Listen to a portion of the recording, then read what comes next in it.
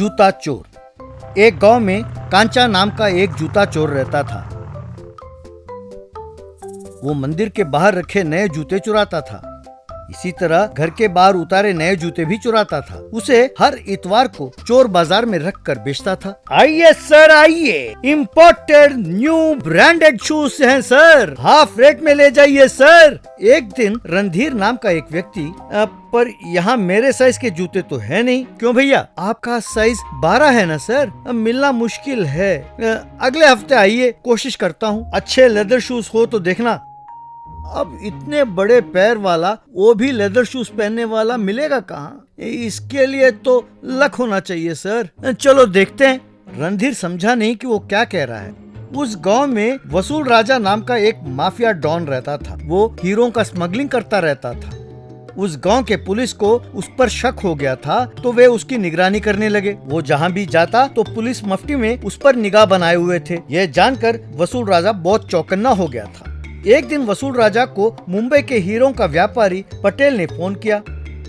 भाई पटेल देखो, आजकल पुलिस मेरे पीछे साये की तरह लगी हुई है। वो मेरे हर कदम पर निगाह रखे हुए है। मुझे तो ये शक है कि वो कहीं मेरे बाथरूम में भी माइक्रो कैमरा ना रखा हो और मेरा फोन भी टैप कर रहे हैं। इसीलिए मैंने तुम्हें चाइना सिम कार्ड नंबर दिया है, क्योंकि तुम जल्दी हीरे दुबई भेजना चाहते हो। तो मैं तुम्हें एक आइडिया देता हूँ, ध्यान से सुनो। तुम अपने एक आदमी को जूतों के सोल में हीरे को रख कर मयूर होटल आने को कहो। हम दोनों वहाँ जूते बदल लेंगे। मैं उन हीरो वाले जूतों को कल रात शिप से दुबई भेज दूंगा। पुलिस हमें पकड़ नहीं पाएगी। अच्छा, मैं तो बताना भूल गया, मेरे जूतों का नंबर है 12। तुम ऐसे आदमी को भेजो जिसके जूतों का साइज हो 12। वाह, क्या आइडिया है भाई, मैं अभी भेजता हूँ। कांचा मयूर होटल में चाय पी रहा था। इतने में एक व्यक्ति वहां जूते पहनकर आया। कांचा जूते देखकर, वाह, 12 नंबर के लेदर शूज और ऊपर से नए हैं। पर हाथ मारा तो आसानी से 2000 रुपए में बेच सकता हूँ, पर कैसे हाथ मारूं कहकर सोच रहा था। तभी वसूल राजा वहां आया। कांचा ने उसे देखकर, अरे का भी 12 नंबर ही है, पर जूते पुराने फटे हुए भी हैं, इसे रहने दो। वसूल राजा उसी टेबल पर जा बैठा जहां पटेल का आदमी बैठा था। दोनों ने जूते बदले। ये देखकर कांचा हैरान हुआ, ये क्या, ये जूते बदल रहे हैं? अच्छा, ये जूतों का सेल्समैन होगा और ये कस्टमर होगा। लगता है कि ये नया सेल्स टेक्निक है। वसूल राजा वो जूते पहनकर घर चला गया। कांचा उसका पीछा करने लगा। वसूल राजा ने कांचा को पीछा करते हुए देख लिया। उसे पुलिस कांस्टेबल समझा। वसूल राजा घर पर जाकर जूतों को एक अलमारी में रखा। कांचा उस रात को वसूल राजा के घर में घुसा। पूरा घर छान मारा, पर उसे जूते कहीं नहीं दिखे। बाद में उसने अलमारी खोला। अलमारी में उन जूतों को देखकर, अरे माना जूते नए हैं, पर इन्हें अलमारी में रखने की क्या जरूरत है? लगता है ये बड़ा नखरे वाला है। यूं सोचकर उसने जूते लेकर वहां से चला गया। अगले दिन सवेरे अलमारी में जूते नहीं दिखाई दिए तो वसूल राजा को तो चिंता होने लगी। कांचा ने उस दिन चोर बाजार में रणधीर को उस जूतों को बेच दिया। घर पर वसूल राजा अपने चेले से, वैसे घर पर इतने सारे सामान थे, सब छोड़कर उन जूतों को ही क्यों चोरी करके ले गया? अगर पुलिस होती तो आकर हमें पकड़ लेती, लेकिन यूं चोरी नहीं करते। अब मुझे कुछ समझ में नहीं आ रहा है, अब मैं उस सेठ को क्या जवाब दूंगा? बस ये जरूर उस चोर बाजार में जूते बेचने वाला कांचा का ही काम होगा। उसे नए जूते दिखाई दिए तो वो छोड़ता नहीं है बॉस। चलो जाकर देखते हैं। वसूल राजा और उसके चेले कांचा के पास गए। वसूल राजा कांचा को देखकर, कल इसी ने मेरा पीछा किया था। वसूल राजा ने कांचा को पकड़ा। क्यों रे, रात को तुम मेरे घर में घुसकर मेरे जूते चुराता है? चुपचाप उसे लौटा दो, वरना यही मार डालूंगा। सर, अभी अभी उस जूते को एक आदमी को मैंने बेच दिया सर, मुझे छोड़ दीजिए। चाहो तो मैं उसकी कीमत चुका देता हूँ। उसकी कीमत तुम्हारा सारा खानदान नहीं चुका सकता। क्या तुम उस आदमी को पहचानते हो? हाँ सर, पहचान सकता हूँ। वे कांचा को लेकर गांव में आए। एक जगह रणधीर फोन पर बात कर रहा था। वो देखिए सर, वो रहे आपके जूते।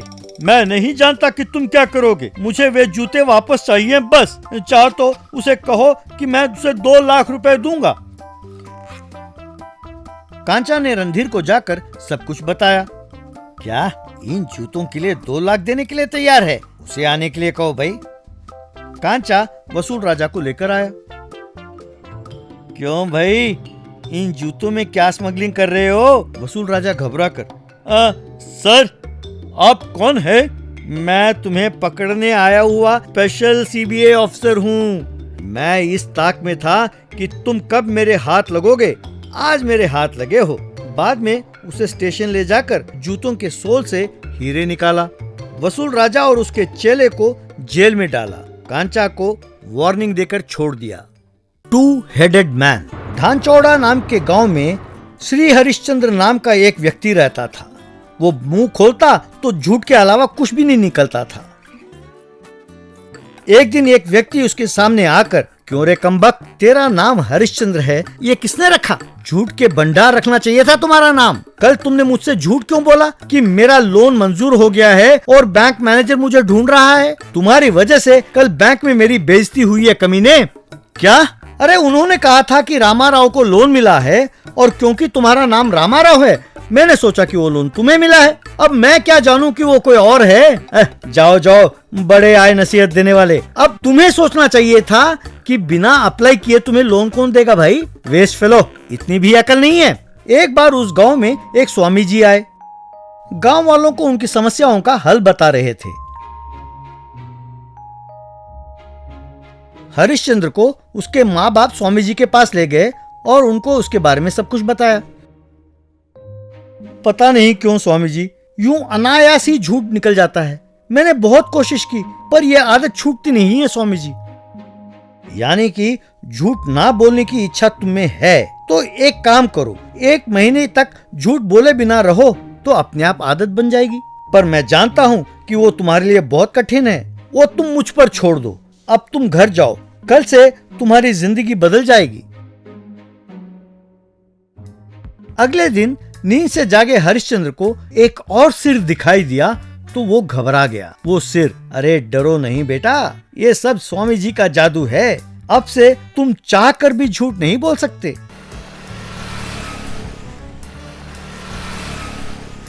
यूं वो गांव में जाने लगा तो लोग उसे हैरान होकर देखने लगे। उसे एक शादी में जाना था तो वो वहां गया। शादी में एक व्यक्ति इससे, बेटा ये तुम्हारा गांव है ना? मैं लड़के वालों के रिश्तेदार हूँ। दुल्हन इसी गांव की है ना? दुल्हन के परिवार वालों की ओर से हमारी बेटी के लिए भी एक रिश्ता आया है। लड़के का नाम काशीराम है। सुना है कि वो इस गांव में उसका एक मेडिकल शॉप भी है। वो लड़का कैसा है? अच्छा है ना? वैसे ये रिश्ता करके ही आपने बड़ी गलती की है। क्या आप लोगों ने इस लड़की के बारे में पता नहीं लगाया? कैसे लोग हैं आप? ये लड़की मेरी क्लासमेट है। इसके बारे में जितना कम बोलूं उतना अच्छा है। अब ये काफी नहीं था जो दूसरी गलती करने जा रहे हैं। अरे उस काशीराम को ऐसी बीमारी नहीं है जो ना हो और ना ही कोई ऐसी आदत है या लत है जो उसे ना हो। क्या आप जानते हैं कि उस मेडिकल शॉप की सारी दवाइयाँ उसी के लिए हैं? ये बातें सुनकर वो आदमी दंग रह गया। तब हरिश्चंद्र का सिर तुरंत, काशीराम, काशीराम जरा यहाँ आओ। काशीराम पास आया तो सिर ने उसे सब कुछ बताया। बाद में उस व्यक्ति से, सर आप इसकी बातों पर विश्वास ना करें।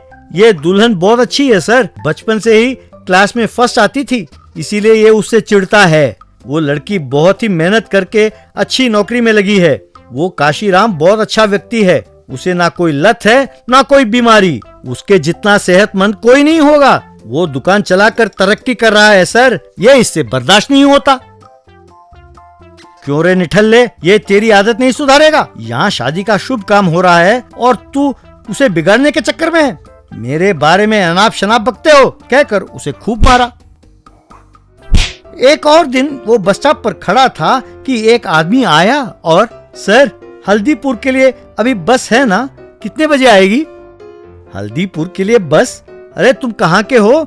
हमारे गांव में वहाँ के लिए कोई बस नहीं है। वैसे हमारे गांव से कोई बस जाती ही नहीं। 6 महीने पहले ही बस सर्विस बंद कर दिया गया है। आप कोई ट्रेन या ऑटो पकड़ कर जाओ, अच्छा होगा। इसका सर। सर, आप इसकी बातों का यकीन ना करें, हल्दीपुर के लिए बस 10 मिनटों में आएगी। ये सब झूठ बोलता रहता है। वो देखिए सर, बातों बातों में बस आ गई। बस को आते देख उस व्यक्ति ने हरिश्चंद्र को खूब मारा। अरे ये कैसे सिर हो भाई, सबसे मार खिलवाते रहते हो, मुझे तुम्हारी जरूरत नहीं है। उसका दूसरा सिर, तुम सच बोलोगे तो तुम्हारी यूं खातिरदारी नहीं होगी ना।